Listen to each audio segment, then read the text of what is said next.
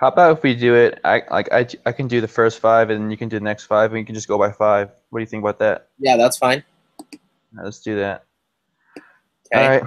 right, I'll start. The first one says, as the economy declines into recession, the collection of personal income tax revenues automatically falls.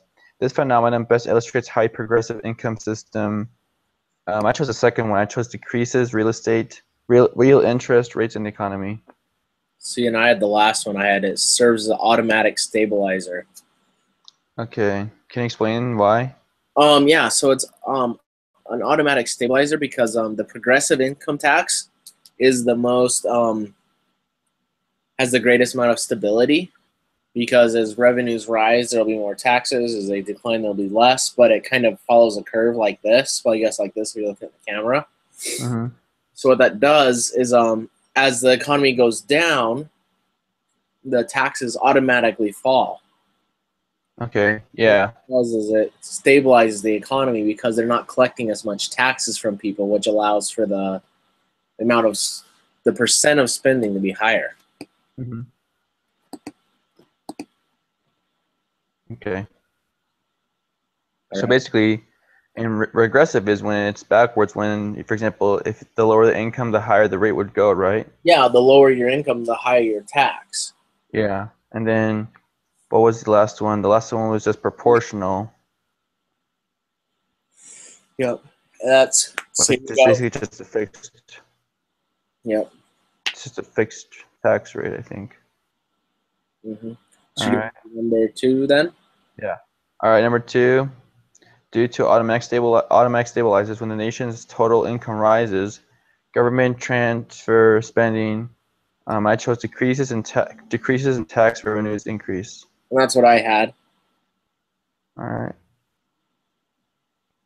Number three, I chose L as where the surplus would be.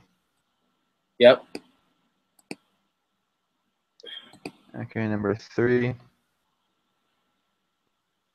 the cyclically adjusted budget estimates the federal budget deficit or surplus if this one I was a little I I chose two. I either chose the economy were at full employment or the government had a balanced budget. I feel like it's more the economy, but I'm not sure. That's what my best guess was, but I was kind of in the same boat as you. But I think it's that one. You I want to go to think the next? I think it's the economy, so I'll just go with that. Okay. And five. All right. The cyclically adjusted deficit as a percentage of GDP is 2% in year one. The cyclically adjusted deficit becomes 1% of GDP in year two.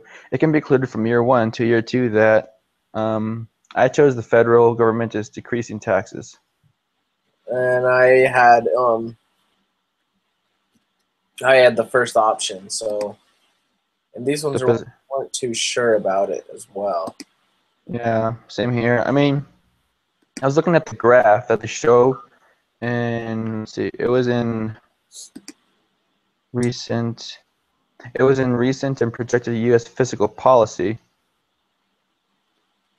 and you can see the table there of how it shows. Well, where was this? Oh wait. Oh, I used the graph from the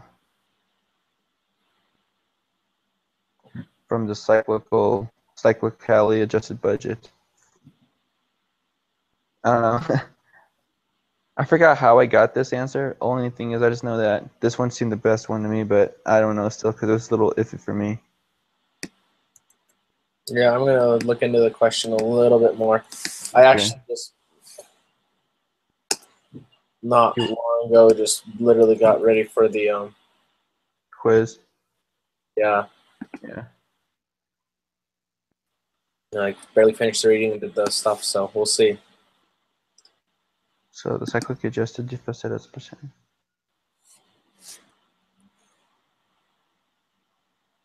You might be right. It might be expansionary. Because if you go from year one to year two,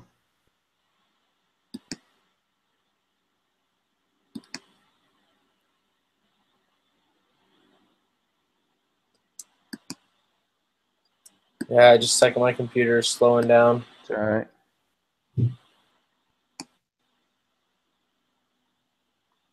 Isn't expansionary more like when it's more well, expanding, the economy is expanding, but it also means that the income is increasing as well as tax rate would increase. But in this one, it's kind of backwards. It might be contractionary. I don't know. And what I'm seeing online, it's saying that it's contractionary. Mm-hmm. I think it might be contractionary. I think it might be too.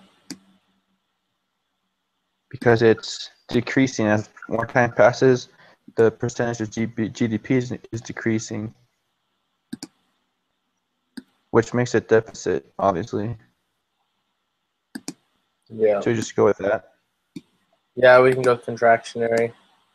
All right. Good with that. All right, you have the next 5 then. All right, so 6 says, refer to the data in the above table. The direction of fiscal policy became more contractionary from, and I put contractionary. Just a second, I look at the problem.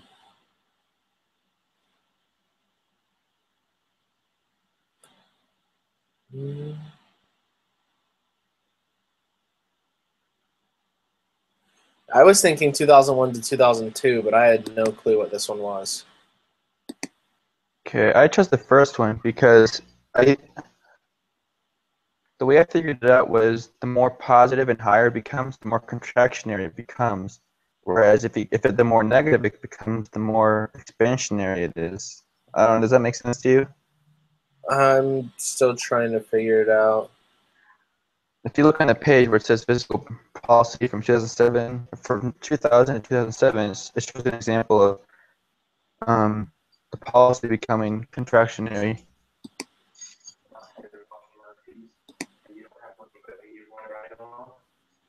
I have a good meeting right now.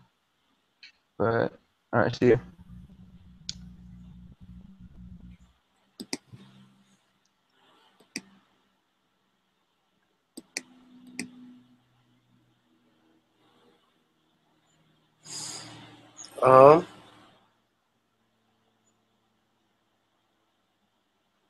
I kind of feel like they don't really show good examples or describe well the detail that needs to be shown here sometimes.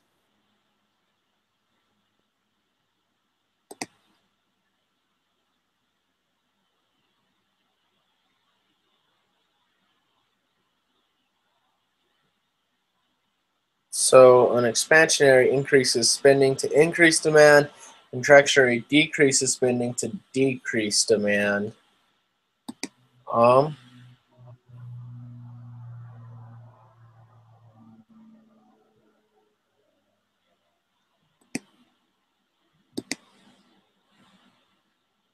Actually, yeah, it might be.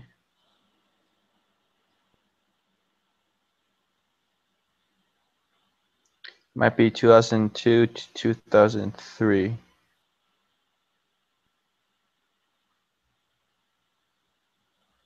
Well, I'm not sure if it's asking if the policy became more contractionary, like compared to those sets of years, which one's the most, or when like the changing point is. I think it's more of the first one. It's asking which one had the most It looks like 2001 to 2002, because that's a total of 1.8. No, 2.8. From 2001 to 2002? Yeah, that's a difference of 2.8. Yeah. So I'm almost thinking it's that. I'm not sure exactly what it's asking, though. I'm going to try that one, though. I'm taking it first, so. Okay. Figured out. 7 says a major reason that public debt cannot bankrupt the federal government is because, and it's the third one, the public debt can easily be refinanced by issuing new bonds. Yeah, I chose that as well. Okay. 8 says when the federal government uses taxation and spending actions to stimulate the economy, it is conducting, and I put fiscal policy. Yeah, same here. 9 says, when the federal government takes budgetary action to stimulate the economy and rein in inflation, such policy is, and I put discretionary fiscal policy. Yeah, same here. And 10, when changes in taxation and government spending occur in the economy without explicit action by Congress, such policy is called non-discretionary fiscal policy. Yeah, same here. Awesome. All right. Number 11, fiscal policies enacted through changes in. I chose taxation and government spending. Yep. All right. Number 12, if the U.S. Congress passes legislation to raise taxes to control demand pull inflation, then this would be an example of. I chose contractionary fiscal policy. Yep. Then number 13, one timing problem in using fiscal policy to counter recession is a recognition lag that occurs between the, and I chose start of the recession and the time it takes to recognize that the recession has started, the first one. Yep. All right. And number 14, the lag between the time that the need for fiscal action is recognized and the time action is actually taken is referred to as the operational lag, is what I chose.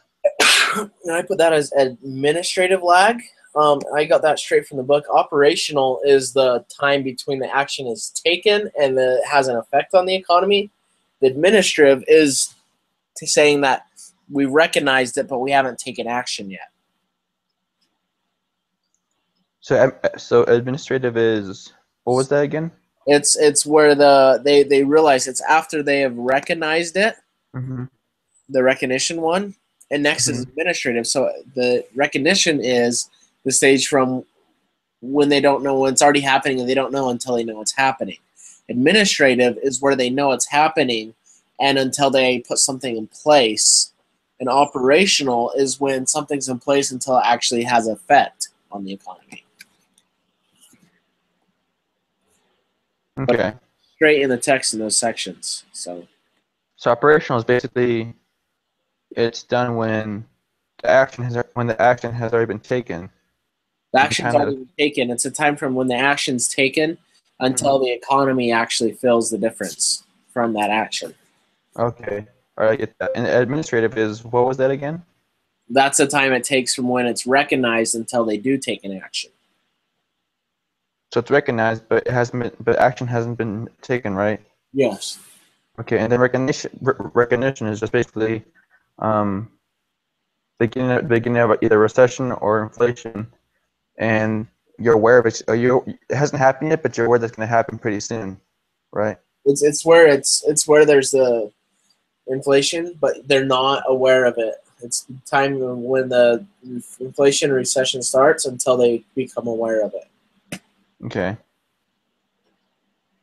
Yep. All right. All right, number 15. State and local governments are limited in their ability to respond to recessions because of, I chose constitutional and other requirements to balance their budgets.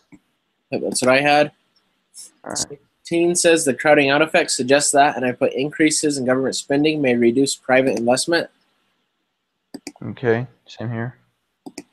17 says crowding out is a decrease in private investment caused by increased borrowing from the government.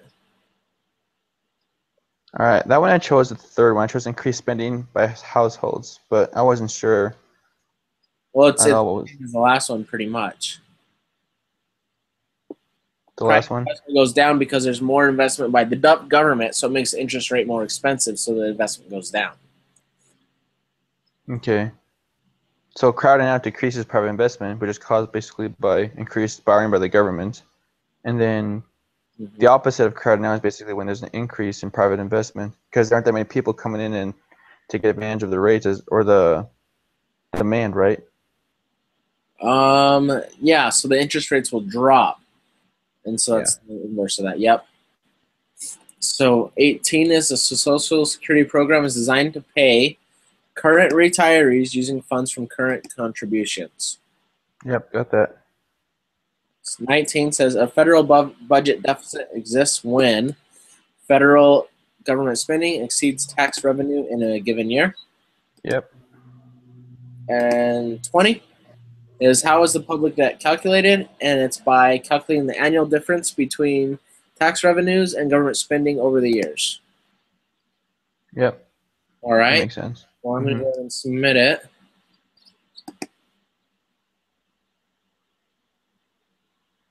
And we missed one. Which one was it? It was 6. It's 2003 to 2004.